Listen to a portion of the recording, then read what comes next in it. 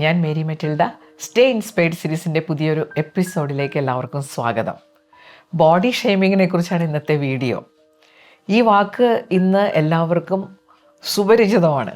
ഞങ്ങളുടെയൊക്കെ ചെറുപ്പകാലത്ത് body shaming ആണ് നടത്തുന്നതെന്ന് അറിയാതെ മറ്റുള്ളവരുടെ ശരീരത്തെക്കുറിച്ചൊക്കെ അനാവശ്യമായ പരാമർശങ്ങൾ നടത്തിയിരുന്നു.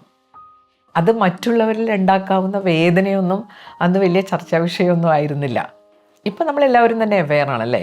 നമ്മുടെ ബോഡി ഷേപ്പായാലും കളറായാലും അവയവങ്ങളായാലും അതെങ്ങനെയായിരിക്കണമെന്ന് നമ്മൾ തീരുമാനിച്ചതൊന്നുമല്ല. ഇത്രയൊക്കെ ചർച്ച ചെയ്യപ്പെട്ടിട്ടും ഇപ്പോഴും പല ആളുകളും ബോഡി ഷെയ്മിങ് നടത്താറുണ്ട്. കാണുമ്പോൾ തന്നെ അയ്യോ ഇതെന്താ വല്ലാണ്ട് തടി വെച്ചല്ലോ, ചിലരെ കാണുമ്പോൾ അയ്യോ വല്ലാണ്ട് മെലിഞ്ഞു പോയിട്ടോ. പിന്നെ നമ്മൾ പറയുന്ന ഒന്നുണ്ട്, കറുത്തു പോയല്ലോ വല്ലാണ്ട്. ഇങ്ങനെയുള്ള പരാമർശങ്ങൾ സാധാരണഗതിയിൽ ഇപ്പോഴും ആളുകൾ നടത്താറുണ്ട്. അപ്പോൾ അതൊന്നും ശരിയല്ല എന്നുള്ള ഒരു ഓർമ്മപ്പെടുത്തലും കൂടി ഞാനിപ്പോൾ നടത്തുകയാണ്. അപ്പോൾ ഇന്ന് ഞാൻ ചർച്ച ചെയ്യാൻ പോകുന്നത് നമ്മുടെ സ്കിൻ ടോണുമായിട്ട് ബന്ധപ്പെട്ട അല്ലെങ്കിൽ സ്കിൻ കളറുമായിട്ട് ബന്ധപ്പെട്ട ബോഡി ഷെയ്മിങ്. മനുഷ്യ ശരീരത്തിലെ ഏറ്റവും വലിയ അവയവമാണ് സ്കിൻ. നമ്മുടെ ശരീരം മുഴുവൻ പ്രൊട്ടക്റ്റ് ചെയ്യുന്ന ഒരു ആവരണം. ഇതിൻ്റെ കളർ, അതിനെ നമ്മൾ സ്കിൻ ടോൺ എന്നും പറയും. നമ്മുടേതൊരു ഉഷ്ണമേഖല രാജ്യമാണ്. അപ്പോൾ അവിടെ ഈ സൂര്യപ്രകാശത്തോട് വളരെയധികം എക്സ്പോസ്ഡ് ആയിട്ടിരിക്കുന്നവരാണ് നമ്മൾ. അതിൽ നിന്നും ഒരു സംരക്ഷണം കൂടുതൽ കിട്ടാൻ വേണ്ടി നമ്മുടെ സ്കിൻ കളറിന് നാച്ചുറലായിട്ടുള്ളൊരു സംവിധാനമുണ്ട്. പൊതുവെ ഇന്ത്യക്കാരുടെ സ്കിൻ കളർ എന്ന് പറഞ്ഞു കഴിഞ്ഞാൽ ബ്രൗണിഷ്, വീറ്റിഷ് അല്ലെങ്കിൽ ഡാർക്ക്.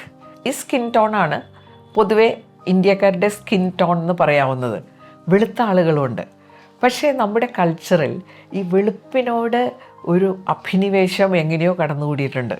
കറുപ്പെന്തോ ഒരു മോശപ്പെട്ട കളറായിട്ട് അങ്ങനെ ഒരു സ്റ്റിഗ്മ കറുപ്പെന്നുള്ള കളറിനുണ്ട്.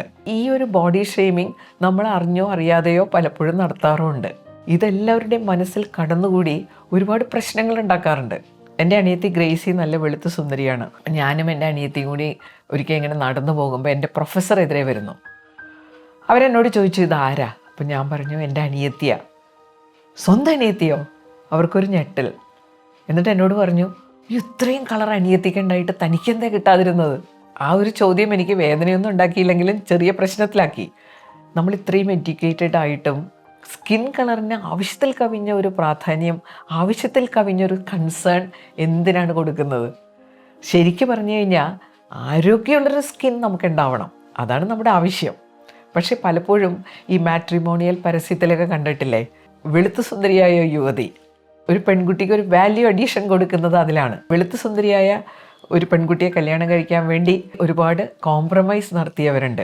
പാരൻസ് ചെയ്യുന്നൊരു കാര്യമുണ്ട്, മകൻ കറുത്തതാണെങ്കിൽ വെളുത്ത പെൺകുട്ടി വേണമെന്ന് പലർക്കും നിർബന്ധമാണ്. പല കാര്യങ്ങളിലും വിട്ടുവീഴ്ച നടത്തേണ്ടതായിട്ട് വരും. വിവാഹം കഴിക്കുമ്പോൾ നമ്മൾ എന്താ സത്യത്തിൽ നോക്കേണ്ടത്? ജോലി, സ്വഭാവം, ഇതെല്ലാം വളരെ ഇമ്പോർട്ടൻ്റ് ആണ്.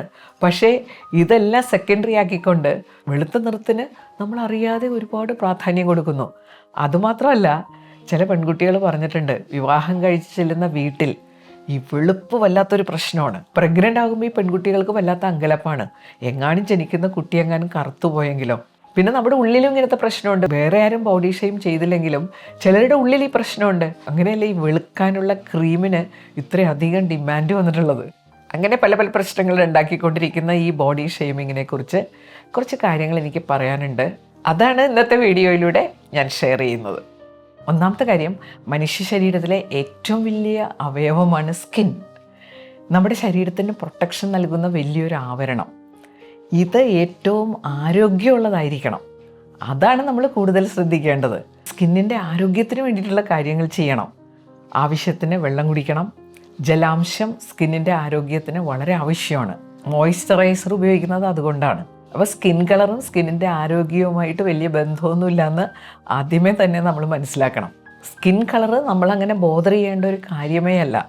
രണ്ടാമത്തെ കാര്യം, ഈ സ്കിൻ കളർ വൈറ്റും ഡാർക്കുമായിട്ട് മാറുന്നതിൻ്റെ പിന്നിൽ ശരീരത്തിലുള്ളൊരു പദാർത്ഥമാണ് മെലാനിൻ എന്നാണ് അതിനെ പറയുക. മെലാനിൻ കൂടുതൽ ശരീരത്തിലുള്ളത് കൊണ്ടാണ് കളറ് ഡാർക്കാകുന്നത്. മെലാനിൻ അൾട്രാ വയലറ്റ് രശ്മികളിൽ നിന്നൊക്കെ നമ്മളെ സംരക്ഷിക്കുന്ന ഒന്നാണ്. അപ്പോൾ ഇത് കൂടുതലുള്ളത് കൊണ്ട് ഈ UV റൈസ് എന്നൊക്കെ പറയില്ലേ, നമ്മുടെ ശരീരത്തിന് ഹാനികരമായ രശ്മികൾ, ഇതിൽ നിന്ന് നമുക്ക് നല്ല പ്രൊട്ടക്ഷൻ കിട്ടും. നമ്മൾ പുറത്തിറങ്ങുമ്പോൾ ഇതിൽ നിന്ന് രക്ഷപ്പെടാൻ സൺസ്ക്രീൻ, ലോഷൻ, ക്രീമെല്ലാം ഉപയോഗിക്കാറുണ്ട്. ഡാർക്ക് സ്കിൻ ഉള്ളവർക്ക് ഇതിൻ്റെ വലിയ ആവശ്യമൊന്നും വരില്ല. അവർക്കൊരു നാച്ചുറൽ പ്രൊട്ടക്ഷൻ ഉണ്ട് അവിടെ. അവിടെ വേറെ ചില പ്രയോജനങ്ങളുണ്ട്. ഈ രശ്മികൾ സ്കിൻ ക്യാൻസറിന് കാരണമായിട്ട് മാറാറുണ്ട്. പിന്നെ മെലാനിൻ DNA ഡാമേജിൽ നിന്നൊക്കെ നമ്മളെ പ്രൊട്ടക്റ്റ് ചെയ്യുന്ന ഒന്നാണ്. DNA നമ്മുടെ ജനിതക നിർദ്ദേശങ്ങൾ അടങ്ങിയിട്ടുള്ള മോളിക്യൂളാണ്. അപ്പോൾ സ്കിന്നിൻ്റെ ഒരു കറുപ്പ് നിറം എന്ന് പറയുന്നത് നമ്മുടെ ആരോഗ്യത്തിന് കുറച്ചും കൂടി അനുകൂലമായിട്ടുള്ളൊരു ഘടകമാണ്. രണ്ടാമത്തെ കാര്യം, നമ്മൾ പ്രായമായിട്ട് വരുമ്പോൾ ഏറ്റവും കൂടുതൽ ആഗ്രഹിക്കുന്നത് എന്താ? ഒരു യൂത്ത്ഫുൾ അപ്പിയറൻസ്. യൂത്ത്ഫുൾ അപ്പിയറൻസ് എന്ന് പറയുമ്പോൾ മുഖത്തെ ചുളിവുകൾ, വ്യത്യസ്ത നിറങ്ങൾ, അവിടെ ഇവിടെയൊക്കെ ചെറിയ നിറം മാറ്റങ്ങളൊക്കെ വരുമ്പോൾ പ്രായമാകുന്നതിൻ്റെ ഒരു സൂചനകളാണത്. ഡാർക്ക് സ്കിൻ ഉള്ളവർക്ക് ഇങ്ങനെയൊന്നും പൊതുവേ സംഭവിക്കാറില്ല. നല്ല കറുപ്പുള്ളവരെ കണ്ടിട്ടുണ്ടോ? പണ്ട് അവരെങ്ങനെയാണോ അതുപോലെ തന്നെ ഇരിക്കും പ്രായമാകുമ്പോഴും. അവരോട് അസൂയ തോന്നുന്ന ഒരവസ്ഥ വരെ ഉണ്ടാകാം. അതുപോലെ തന്നെ പുറത്തേക്ക് ഇറങ്ങുമ്പോഴും അതെ, വെളുത്ത നിറമുള്ളവർക്ക് പെട്ടെന്ന് സൺബേൺ, മുഖം ചുവക്കുക, മുഖം തടിക്കുക, ഇങ്ങനെ സൺബേണുമായിട്ട് ബന്ധപ്പെട്ട പല പ്രശ്നങ്ങളും അവർക്ക് ഉണ്ടാവാം. അപ്പോൾ ഡാർക്ക് സ്കിന്നുള്ളവർ ഇതൊന്നും പൊതുവെ ബാധിക്കാറില്ല. ഏജിങ് പ്രോസസ്സിലാണ് സ്കിന്നിൻ്റെ ഡാർക്ക് കളർ ഏറ്റവും അനുകൂല ഘടകമായിട്ട് മാറുന്നത്. നാലാമത്തെ കാര്യം, ഈ വെളുപ്പ് നിറമുള്ളവർ അല്ലെങ്കിൽ ഒരു ബ്രൗണിഷ് വീറ്റിഷ് കളറൊക്കെ ഉള്ളവർ അവരുടെ സ്കിന്നിൽ പലതും അപ്ലൈ ചെയ്യും. കാരണം അപ്ലൈ ചെയ്യുന്നതനുസരിച്ച് സ്വല്പം സൗന്ദര്യം കൂടുന്നത് കൊണ്ടാവാം. പ്രത്യേകിച്ചും ബ്രൗണിഷ് സ്കിന്നുള്ളവർ വെളുക്കാൻ വേണ്ടിയിട്ടുള്ള ക്രീമൊക്കെ ധാരാളം ഉപയോഗിക്കാറുണ്ട്.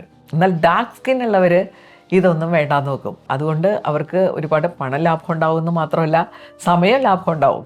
ഈ മേക്കപ്പ് ചെയ്ത് ഉള്ള സമയമൊന്നും നഷ്ടപ്പെടുത്തില്ല. എൻ്റെ സ്നേഹിതന് ഇങ്ങനെ കല്യാണാലോചനകൾ വന്നപ്പോൾ നല്ല ആലോചന എന്ന് ഞങ്ങൾക്ക് തോന്നിയ ഒരു പെൺകുട്ടി, പക്ഷേ അയാളത് വേണ്ടാന്ന് തീരുമാനിച്ചു. കാരണം ചോദിച്ചപ്പോൾ പെൺകുട്ടി ഡാർക്കാണ്, അതാണ് പ്രധാനമായിട്ട് പറഞ്ഞ കാരണം. എന്നിട്ട് അയാൾ വെളുത്ത സുന്ദരിയെ തന്നെ കല്യാണം കഴിച്ചു. 2-3 മാസം കഴിഞ്ഞ് കണ്ടപ്പോൾ ഞാൻ ചോദിച്ചു, എങ്ങനെയുണ്ട് വിവാഹ ജീവിതം? അപ്പോൾ അദ്ദേഹം പറഞ്ഞ ഒരു കാര്യം എന്നെ ഒരുപാട് ചിന്തിപ്പിച്ചു. മെയിൻ്റനൻസ് ചാർജ് വളരെ കൂടുതലാണ്, മേക്കപ്പിന് ഒരുപാട് പണം വേണം. 5ാമത്തെ കാര്യം, ആളുകളെ നമ്മൾ വിലയിരുത്തുമ്പോൾ സ്കിൻ കളർ പ്രശ്നം ഉണ്ടാക്കും. വെളുത്ത സൗന്ദര്യമുള്ള ആളുകൾ എന്നൊക്കെ നമ്മൾ പറയൂലേ ചിലരെക്കുറിച്ച്, അവർ നമ്മൾ പലപ്പോഴും തെറ്റിദ്ധരിക്കും. വേറൊന്നും ചിന്തിക്കാതെ അവരുടെ ആ ബാഹ്യരൂപത്തിൽ നമ്മൾ ചിലപ്പോൾ ഭ്രമിച്ചെന്ന് വരാം. പണ്ട് ഞാനും എൻ്റെ സുഹൃത്തും കൂടി ഇങ്ങനെ വഴിയിലൂടെ നടക്കുമ്പോൾ, അന്ന് ഇലക്ഷൻ നടക്കുന്ന സമയമാണ്. അപ്പോൾ ഈ പറഞ്ഞ പോലെ വെളുത്ത സുന്ദരിയായ ഒരു പെൺകുട്ടി കാൻഡിഡേറ്റാണ്, പടം ഒട്ടിച്ചു വെച്ചിട്ടുണ്ട്. അപ്പോൾ ഞാൻ പറഞ്ഞു, ഇത് ഏത് കാൻഡിഡേറ്റാണെന്ന് നമുക്ക് വലിയ പരിചയമില്ലല്ലോ. അപ്പോൾ സുഹൃത്ത് എന്നോട് പറഞ്ഞൊരു കാര്യമുണ്ട്, പക്ഷേ ഇത് ജയിക്കാൻ സാധ്യതയുള്ളൊരു കാൻഡിഡേറ്റാണ്. ഞാൻ ചോദിച്ചു, എന്താ കാര്യം? കണ്ടാൽ തന്നെ വോട്ട് കൊടുക്കില്ലേ? അതേസമയം നമ്മൾ ഡാർക്കായിട്ടുള്ള ഒരാളെ കാണുമ്പോൾ അയാളുടെ ബാഹ്യരൂപത്തേക്കാൾ നമ്മൾ പ്രാധാന്യം കൊടുക്കുന്നത് അവരുടെ ഒരു ഇന്നർ ബ്യൂട്ടിക്കായിരിക്കും. അവരുടെ ഉള്ളിലേക്ക് ഇറങ്ങാൻ നമ്മൾ കൂടുതൽ ശ്രമിച്ചെന്ന് വരാം. അപ്പോൾ വീഡിയോയുടെ അവസാനിക്കുകയാണ്. ഇപ്പോഴും വളരെ പ്രസക്തിയുള്ള വിഷയം തന്നെയാണ് ബോഡി ഷെയ്മിങ്. ഒരു കാര്യമില്ലാതെ മനസ്സമാധാനവും സന്തോഷവും ഒക്കെ ഇല്ലാതാക്കുന്ന ഇത്തരം പ്രശ്നങ്ങൾ, അത് നമ്മൾ എന്തായാലും വലിച്ചെറിഞ്ഞേ മതിയാവും. സ്കിൻ കളറല്ല, സ്കിന്നിൻ്റെ ആരോഗ്യമാണ് പരമപ്രധാനം. എന്തായാലും ഇത്തരം കാര്യങ്ങളിൽ കുറേ കൂടി വിവേകത്തോടു കൂടിയുള്ള സമീപനം നമുക്ക് വളർത്തിയെടുക്കാം. എൻ്റെ വീഡിയോ നിങ്ങൾക്ക് ഇഷ്ടപ്പെട്ടെന്ന് കരുതുന്നു. വീഡിയോ കാണുന്നവരിൽ സബ്സ്ക്രൈബ് ചെയ്യാത്ത ആരെങ്കിലും ഉണ്ടെങ്കിൽ ഒന്ന് സബ്സ്ക്രൈബ് ചെയ്യണേ. അടുത്ത ശനിയാഴ്ച പുതിയൊരു വീഡിയോയുമായിട്ട് നമുക്ക് വീണ്ടും കാണാം. താങ്ക്